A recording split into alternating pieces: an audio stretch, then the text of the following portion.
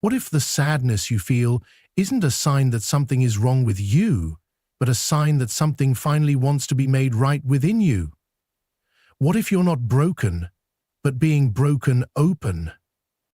We live in a world quick to label our discomfort, to name it, medicate it, or numb it before we ever sit with it. So when the weight in your chest doesn't lift, when the tiredness seeps into your bones, when joy becomes a stranger, you're told you're depressed. And maybe, in some clinical cases, that label fits. But for many, something else is happening beneath the surface. Something more human, more raw, more profound. What you're experiencing might not be a disorder. It might be a spiritual confrontation, a deep reckoning, a moment when your soul refuses to stay silent any longer. You're not malfunctioning. You're meeting yourself, sometimes for the first time. And that can feel like the end of the world, but it's often the beginning of your real life. There comes a point in your life when everything starts to feel unbearably heavy, not because something catastrophic happened, but because something inside of you is cracking open. You wake up and the world feels dimmer. You can't find your place in conversations. You're overwhelmed by noise, disconnected from people, and strangely exhausted, not just physically but spiritually.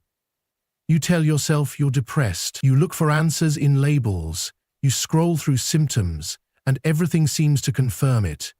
You're lost, tired, flat, maybe even broken. But what if you're not actually sick?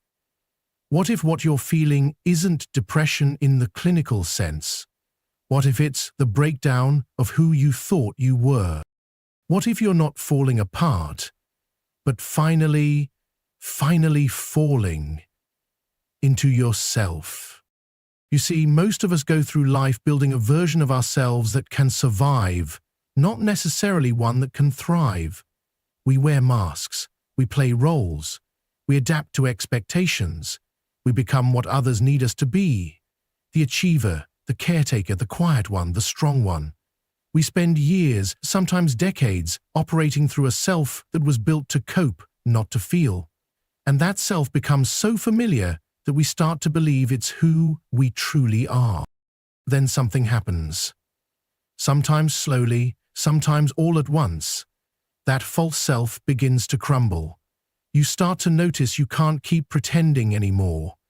The things that once gave you a sense of identity, your job, your image, your performance, your routines, they stop working.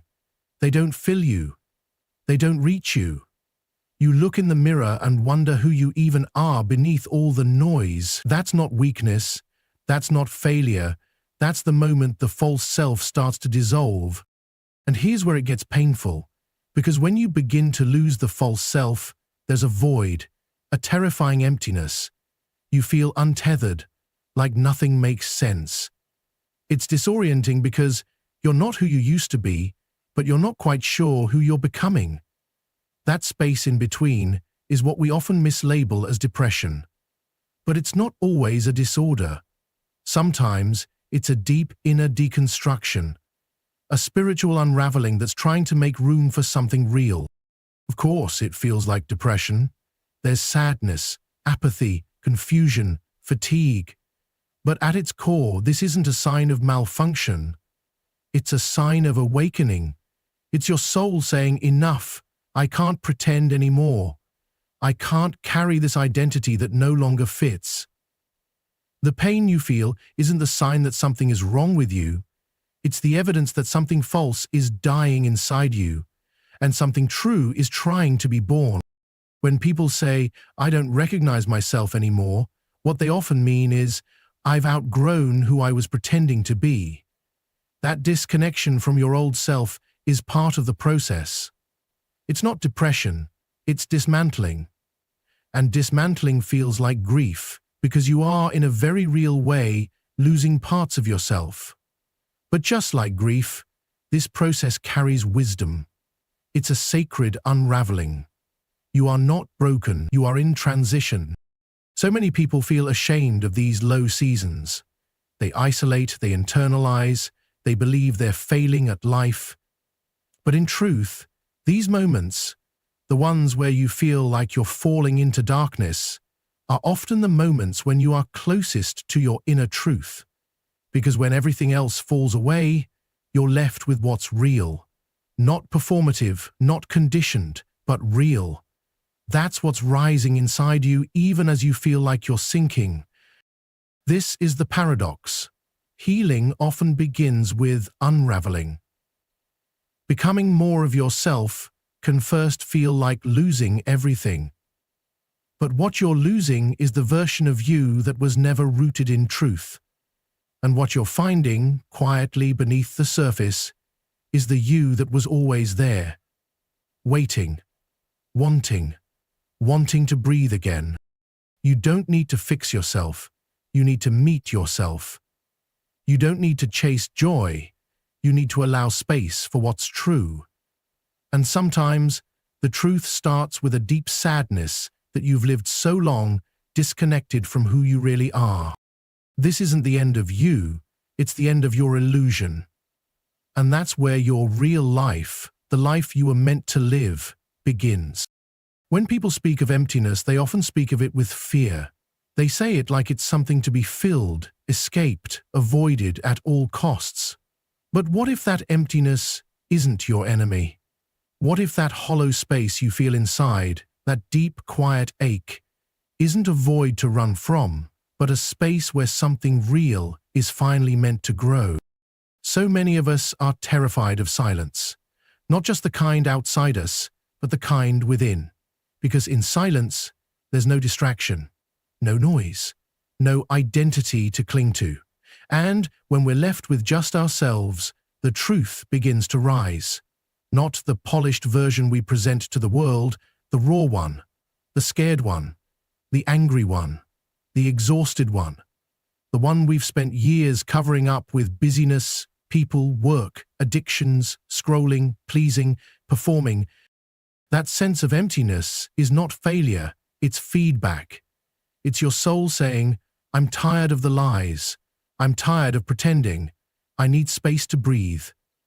And when everything starts to feel meaningless, the things you used to love, the people you used to chase, the habits that used to keep you numb, it's not because you're broken, it's because you're awakening.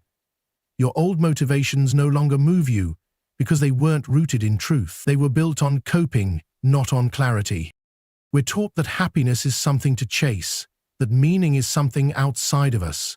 But meaning is not something you find, it's something that emerges. And it only emerges when you create the space for it. That's what the emptiness is trying to do. It's trying to make room. It's trying to pull the noise out of your life so you can finally hear yourself. And yes, that process feels lonely. It feels disorienting. But it is essential.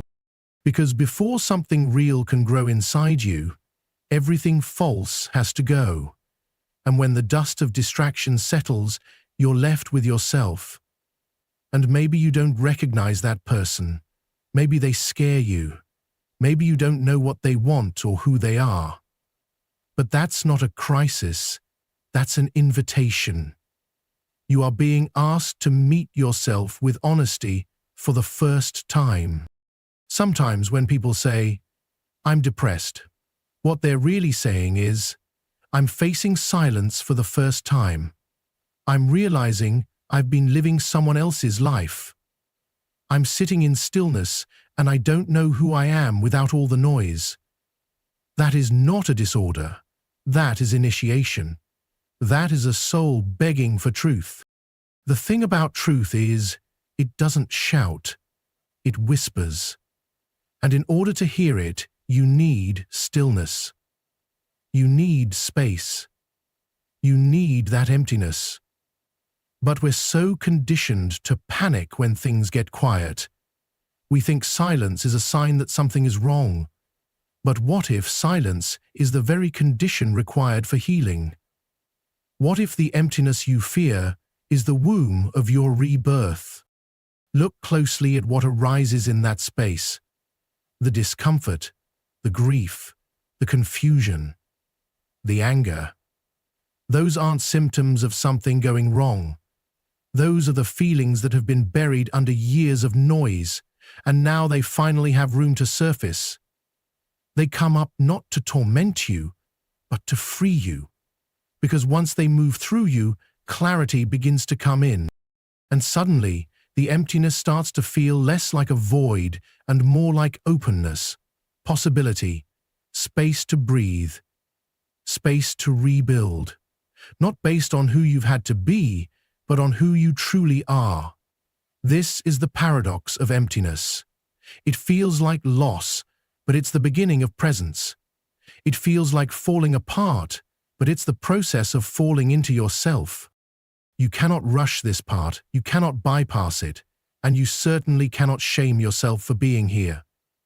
This emptiness is sacred. It is the threshold between the life you built out of survival and the life you're meant to live from truth. And every uncomfortable second of sitting in it is preparing you to receive something far deeper than happiness. It's preparing you for wholeness. So don't rush to fill the silence. Don't be so quick to label it. What you call depression might actually be the quiet return of your own soul. Let it arrive. Let it breathe. Let the emptiness speak. Because what feels like nothing may be the beginning of everything. There comes a moment when you feel numb. Not sad, not angry, not even afraid. Just nothing. Like you're walking through life with a fog over your eyes and a wall around your heart. People talk to you, laugh with you, ask how you are, and you smile, because that's what you're supposed to do, but inside you feel completely disconnected. And you begin to wonder, what's wrong with me? You think you're broken, and you tell yourself you must be depressed, because how else could you explain the hollow weight in your chest, the disinterest in everything that once moved you? But what if that numbness isn't dysfunction? What if it's not a disease, but a defense, a protection? A quiet, unconscious decision made long ago, not to stop feeling, but to stop hurting. Because somewhere in your past you learned that feeling too much wasn't safe, that expressing certain emotions, your sadness, your rage, your confusion, led to punishment, rejection, or abandonment. So you did what any soul would do in that moment. You shut the door, you buried the truth, you stopped reaching inward, and instead you focused outward, on surviving, on performing, on becoming who the world needed you to be. But truth doesn't die just because you ignore it. It waits, and over time, the more you suppress, the more numb you become, not because you lack emotions, but because you've locked them away. You've wrapped them away, you've wrapped them in silence, in shame, in years of pretending. That numbness you feel today, it's not absence, it's overflow. You've filled yourself with so much unspoken truth that now your system has gone quiet just to protect you from collapsing under the weight of it. And we pathologize this, we treat it like a flaw. But this numbness, it's actually wisdom. It's your inner self saying, I've carried too much pain too long without being seen, and now I need space to process. It's not that you can't feel, it's that you're not ready to feel everything at once. Your psyche is intelligent. It will not flood you with what you're not yet equipped to face, but it will whisper, it will nudge, it will create cracks in the surface of your numbness. And in those moments, when a random song makes you tear up, when someone's kindness brings a lump to your throat, when silence suddenly feels deafening, those are signs. Your emotions aren't gone, they're waiting. They're asking for permission to exist again. And when you give yourself that permission, when you stop labeling your numbness as failure and start seeing it as a signal, something begins to shift. The body softens, the heart stirs. The voice you buried so long ago starts to rise again, not to scream, but to speak. And at first it might speak sadness, deep, aching grief for the years you spent disconnected. It might speak anger for the parts of you that were silenced. It might speak fear of what will happen if you finally let yourself feel again.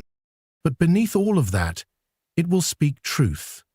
The truth of who you are, the truth of what you need, the truth of what you've endured, and what you're ready to release. This isn't a breakdown, it's a breakthrough. It's not the end of you, it's the reintroduction to yourself. You've spent so long surviving that you forgot what it meant to live, to be. And now that part of you is returning, slowly, quietly, but steadily.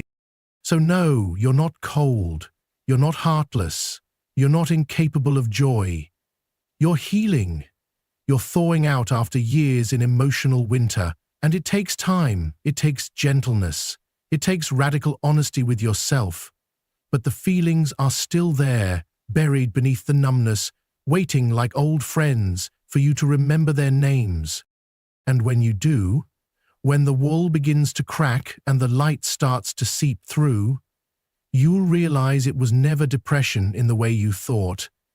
It was never proof that something inside you was defective. It was simply the long, quiet pause between who you were and who you're becoming. You are not numb because you're lost. You are numb because your truth is waking up. There are times when life starts pulling you away from everything and everyone. You stop getting invited, conversations dry up, you drift from people you used to talk to every day. The social buzz fades, the noise dims, and suddenly you find yourself sitting in your room or walking through your day with an eerie sense of silence. At first it might feel like abandonment, rejection, like the world is leaving you behind. You ask yourself, why is this happening to me? What did I do wrong? But what if it's not punishment at all? What if that isolation is actually intentional? What if it's your soul's way of saying, now it's time to listen? You see, there's a certain kind of clarity that can only come in solitude. And while we often chase connection as a way to feel safe, sometimes life has to strip that away. Not to punish you, but to protect what's growing inside you. You're being asked to come back to yourself, not the version of you that's performing for others, managing perceptions or constantly reacting to noise, but the raw, real, untouched self beneath all that, the one who's been quietly waiting to be heard. When you're surrounded by people, distractions, and constant stimulation, it's easy to avoid your inner world. You stay busy, you fill the silence, you postpone the questions that really matter. Who am I when no one is watching? What do I really want? What am I carrying that's no longer mine to hold? But when life strips the noise away, those questions rise. And if you're not prepared for them, they can feel overwhelming. That's why isolation doesn't always feel graceful. It feels raw, lonely, confusing. But beneath the discomfort, something sacred is happening. You are being invited to witness yourself. Without the filter, without the mask, without the mirror of someone else reflecting you back. This isn't about self-improvement. This is about self-remembrance. And yes, it hurts. Because as you turn inward, you start to notice things you've been ignoring. Old wounds, buried grief, patterns you thought you had outgrown. You begin to realize just how much of your identity was built in relation to others. How much of your worth came from being needed, liked, approved of. And now, stripped of that feedback, you're forced to ask, who am I really? That question can feel like a kind of death. But what's dying is not your true self. It's the performance, the role, the mask. And what emerges in its place is someone quieter, but more whole. Someone who no longer needs to be validated in order to feel real. Someone who belongs to themselves first.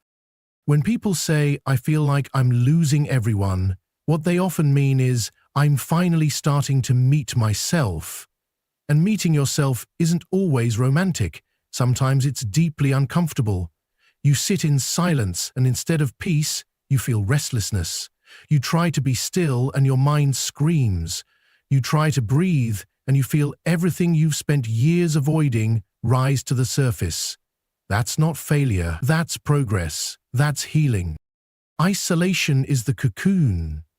And cocoons aren't comfortable. They're dark, tight, quiet. But they are necessary for transformation. You're not being cut off. You're being held in a sacred pause. The world isn't rejecting you. It's stepping back so you can hear your own voice. And as the silence stretches, something begins to shift. You start to feel things more deeply. The breeze, the warmth of sunlight, the taste of a meal, the rise and fall of your breath. You start to remember the parts of yourself that got buried beneath people-pleasing and overthinking. And slowly, very slowly, you begin to feel like you again. Not the version you thought you had to be, but the one you forgot you were. Then, one day, connection returns. But it's different this time. It's deeper. It's rooted in truth. You're not reaching for people out of emptiness.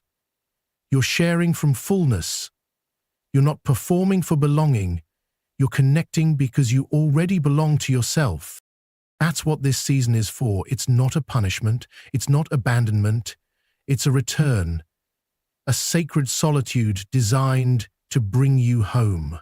Not to a place, but to the core of your being. And once you've touched that place, you're never alone in the same way again. There's a quiet war happening beneath the surface for many people. One that doesn't always look like pain from the outside.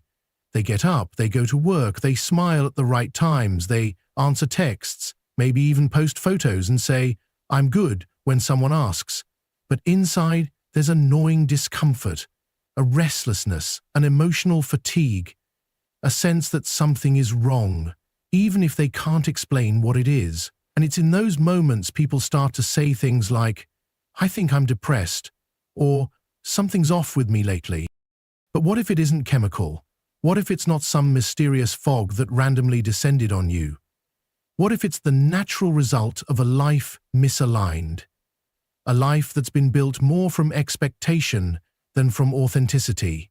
You see, when your soul is out of sync with the way you're living, when your actions don't match your values, when your days don't reflect your truth, your system will protest, not with rage, not with a loud scream, but with that quiet, sinking heaviness that people often mistake for depression. It's not sadness, it's self-abandonment. And self-abandonment is sneaky, because it doesn't always look dramatic. It can show up as overcommitting, people-pleasing, saying yes when you want to say no, staying silent when something inside you is screaming to speak. It can look like spending time in places where you feel invisible, performing in relationships where you don't feel safe, showing up to jobs or roles that drain you because that's what adults do. And over time, all those small betrayals of self accumulate. They layer over your joy. They cloud your clarity. And before long, you wake up in a life that technically works, but doesn't feel like it fits. That's the part no one talks about. That sometimes what we call depression is really the soul's rebellion against living in a way that's too small, too quiet, too false. And this rebellion doesn't come to ruin your life, it comes to realign it. It's a sacred discomfort, a signal, a compass that points you inward and says, "You've drifted. It's time to come home." But the challenge is, we're conditioned to ignore that signal, to numb it, to medicate it, to spiritualize it.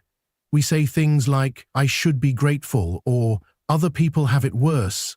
And so we convince ourselves that we're just being dramatic or weak or ungrateful. But gratitude doesn't cancel misalignment. You can be thankful and still feel deeply unfulfilled. You can love parts of your life and still know that something essential is missing. That missing piece is you, your voice, your needs, your boundaries, your desires. The parts of you that got quiet somewhere along the way because they didn't feel safe. Maybe you were told you were too sensitive, too much, too selfish for wanting what you wanted. So you shrank, you adapted, you became what was acceptable. And now here you are, wondering why life feels hollow. It's not because you failed, it's because you've forgotten your own rhythm, forgotten the sound of your inner yes and your sacred no, forgotten the truth of what lights you up, what grounds you, what actually matters to you. And now, the call is coming from inside, not to fix yourself, not to chase happiness, but to remember, to return, to realign. And that process begins with presence. Not judgment, not pressure, presence. Can you sit with the discomfort instead of rushing to get rid of it? Can you ask, what is this feeling trying to tell me, rather than assuming it means you're broken? Because feelings are messengers. They don't just show up to make you suffer, they arrive to reveal something, to invite you back into integrity. Sometimes that means making big changes, leaving something, starting over. But often, it begins with smaller, quieter choices, saying no, resting when you're tired, speaking honestly even when your voice shakes, letting yourself want what you want without apology. These small acts of self-honoring are how you start to shift the foundation, and over time, the heaviness begins to lift, not because you forced it, but because you finally stopped betraying yourself to carry it. So no, you're not just tired, you're misaligned. And the fatigue you feel is the weight of all the roles you were never meant to play, all the expectations you weren't born to meet. And the only way out is through truth, through choice, through coming back to the you that existed before the world told you who to be. You don't need to be fixed, you need to be felt, and in feeling yourself fully, you begin to live again.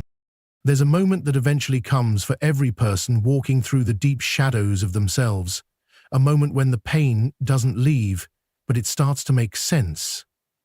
It's not that things suddenly become easy or that the sadness vanishes. It's that, in the middle of the struggle, you begin to see a faint light, not outside of you, but within. And it doesn't come from distraction or denial, it comes from your awareness. The growing understanding that all this discomfort, all this emotional turbulence, is not the end of you. It's the beginning of something far more honest. You see, there's a part of you that has never stopped watching. Even when you felt hopeless, even when you were curled up with your thoughts spinning like a storm, even when you wanted to give up, there was still a deeper presence, something inside observing it all.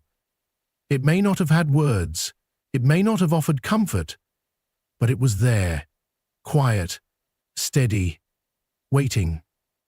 And that presence, that is you.